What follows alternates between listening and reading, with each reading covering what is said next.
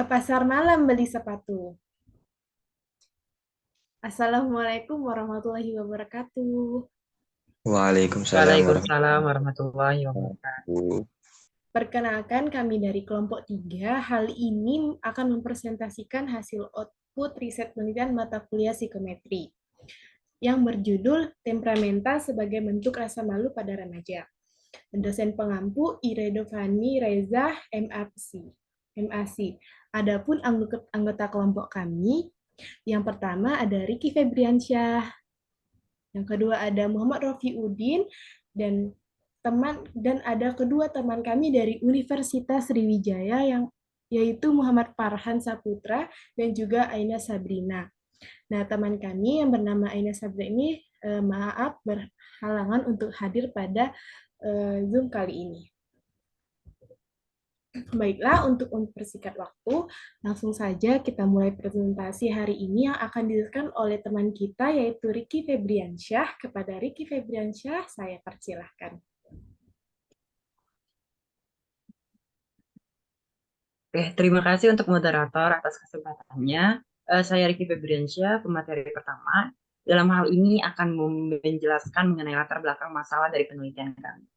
Nah, subjek dari penelitian kami ini adalah merupakan seorang remaja di suatu SMP, itu SMP Negeri 39 Palembang yang berlokasi di Kecamatan Gandus.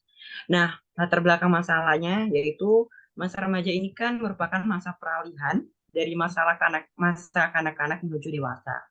Nah, pada akhir masa anak-anak ini terjadi beberapa perubahan dan perkembangan fisik, baik itu kognitif dan psikososial sebagai tanda individu itu mengalami pubertas. Jadi pada masa remaja ini mereka itu mengalami beberapa perkembangan baik itu secara pertumbuhan maupun juga eh, dari berbagai aspek mulai dari fisik, kognitif dan juga psikososial. Nah, setiap individu khususnya para remaja memiliki sikap positif dan sikap negatifnya. Karena pada masa ini remaja itu kan seperti saya bilang tadi, dia itu pada masa ini mengalami pertumbuhan dan perkembangan. Jadi dari pertumbuhan dan perkembangan itu akan muncul beberapa perilaku yang bisa bernilai positif dan juga negatif. Nah, mungkin salah satunya perilaku yang positif yang akan mungkin timbul dari berprestasi gitu, remaja berprestasi di bidang tertentu atau mungkin memiliki kemampuan yang berbeda dari individu lainnya. Itu berarti bisa dikatakan bahwa perilaku yang ditimbulkan oleh remaja tersebut bernilai positif. Nah, selain positif, ada juga perilaku negatif dari pada masa remaja ini. Karena seperti yang saya bilang tadi ya, remaja itu kan pada masa ini mengalami perubahan yang signifikan antara pertumbuhan dan perkembangan di berbagai aspek eh, seperti kognitif, fisik, dan lain-lain hal sebagainya. Nah, dalam hal ini sikap negatif yang ditimbulkan pada remaja salah satunya sesuai dengan penelitian kami itu adalah temperamental. Nah, temperamental itu bisa diartikan adalah sebuah gaya perilaku atau mungkin cara khas pemberian respon seseorang terhadap stimulus.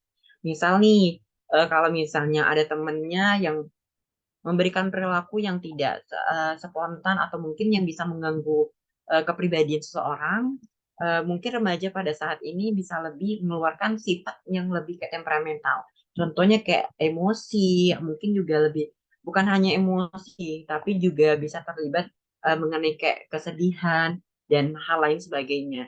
Jadi sifat negatifnya dari remaja pada masa remaja ini itu adalah salah satunya itu adalah temperamental. Oke, next.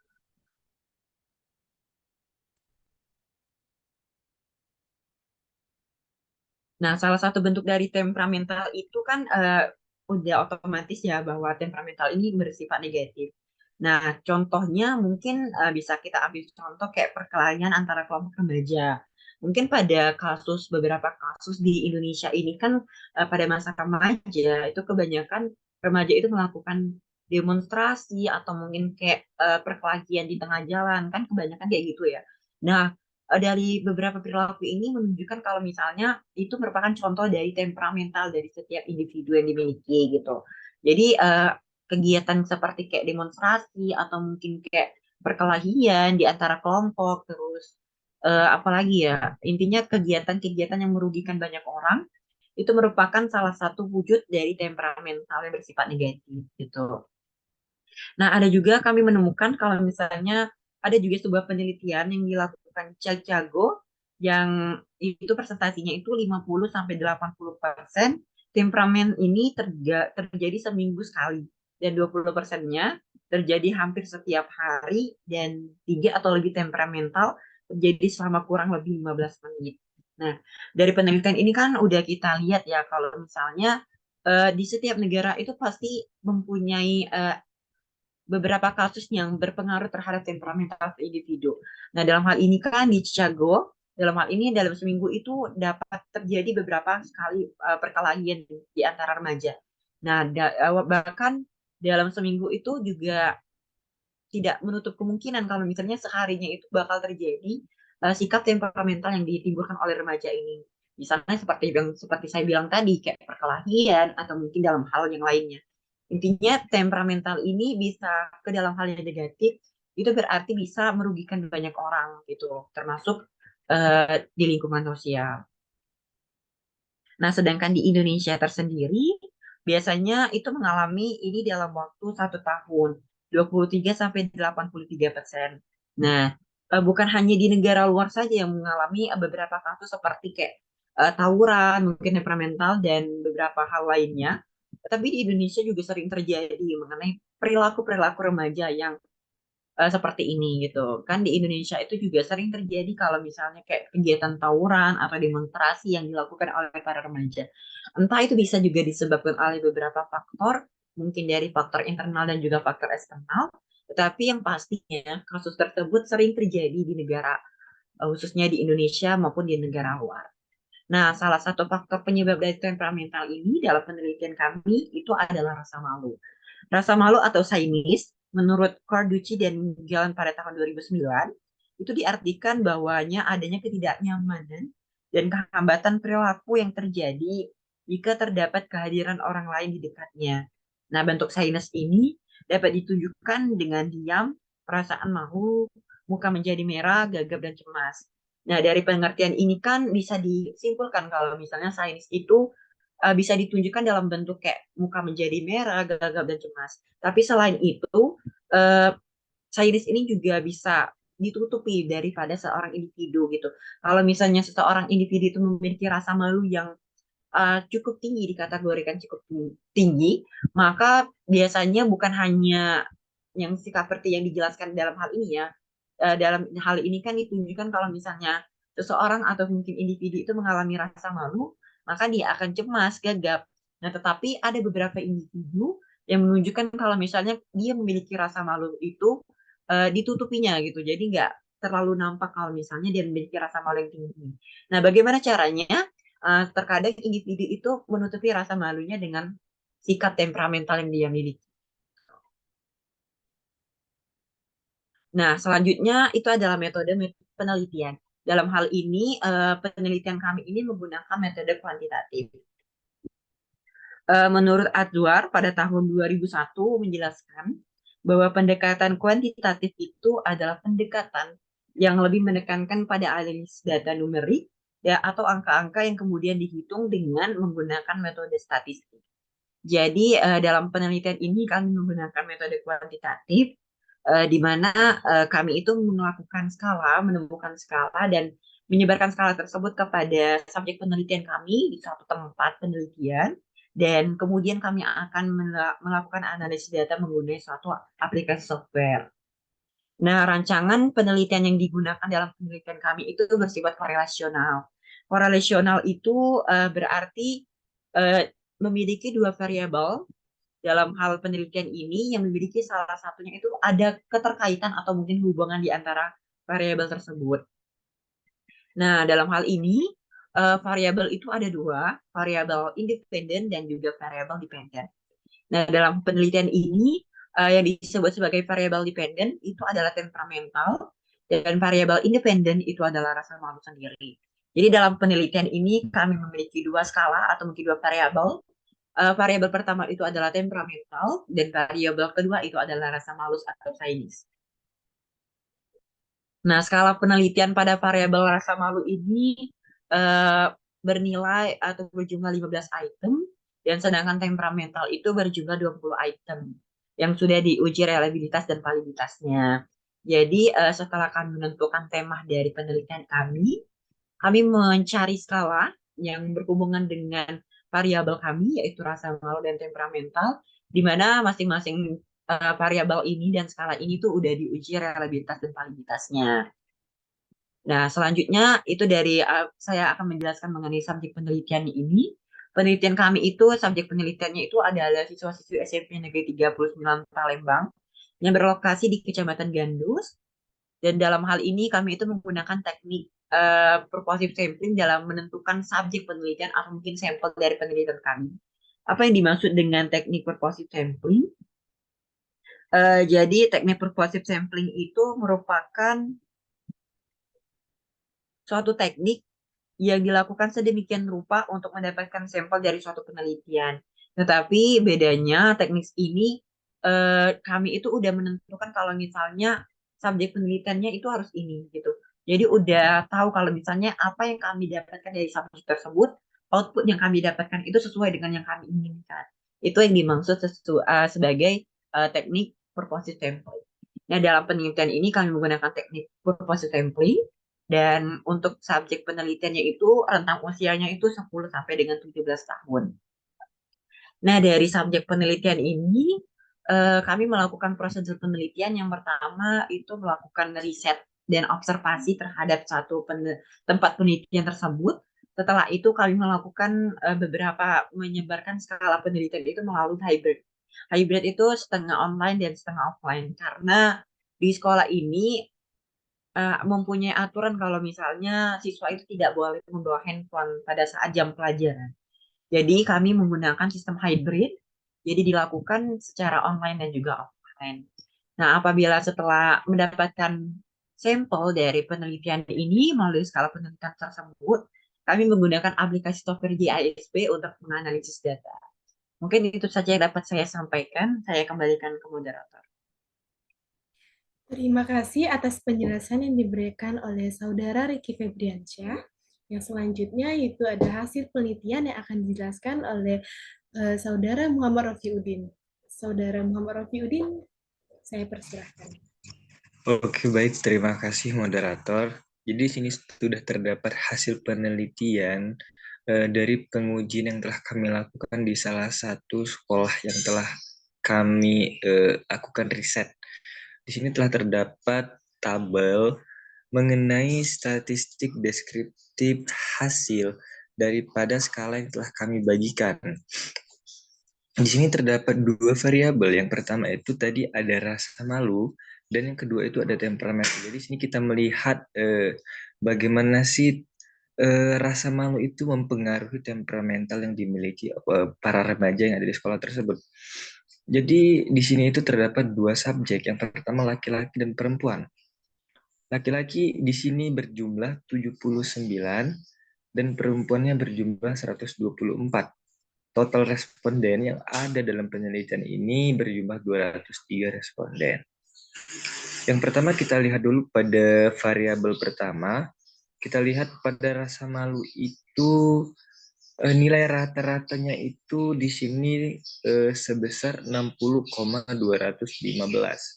Sedangkan perempuan itu bernilai 63,911. Hal ini menunjukkan bahwasanya rasa malu yang dimiliki oleh perempuan lebih besar dibandingkan laki-laki. Hal itu menunjukkan bahwasanya benar perempuan itu memiliki sifat malu yang cenderung lebih besar dibandingkan laki-laki. Pada variabel yang kedua, temperamental ini, pada laki-laki menunjukkan nilai minnya itu sebesar 61,101. Sedangkan perempuan itu 62,718. Pada variabel kedua ini juga menunjukkan bahwasanya temperamental yang dimiliki oleh perempuan condong lebih besar dibandingkan laki-laki.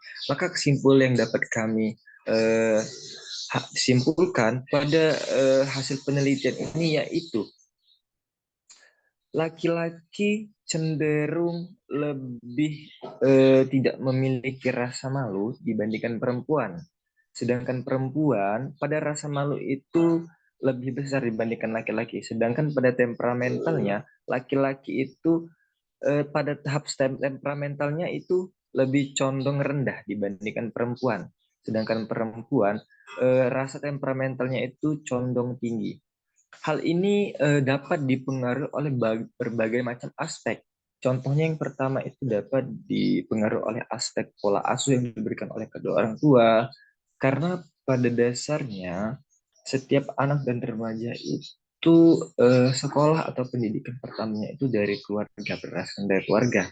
Apabila keluarga memberikan edukasi dan pendidikan yang semestinya, maka itu akan menunjukkan pertumbuhan dan perkembangan si anak pada masa yang akan datang. Aspek-aspek lainnya juga bisa berdasarkan lingkungan. Bagaimana lingkungan mempengaruhi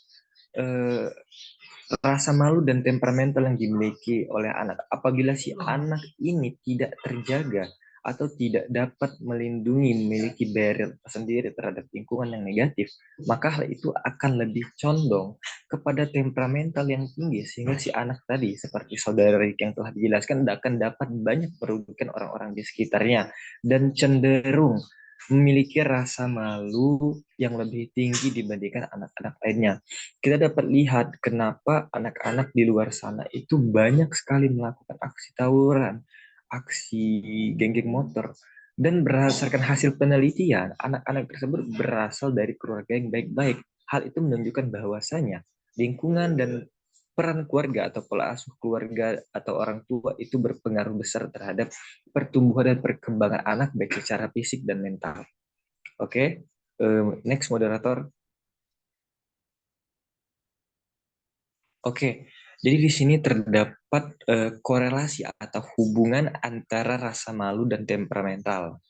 Dari nilai p-value ini, dari hasil penelitian yang telah kami uji riset sebesar 0,001, yang artinya nilai p-value pada penelitian kami itu lebih kecil dari 0,05.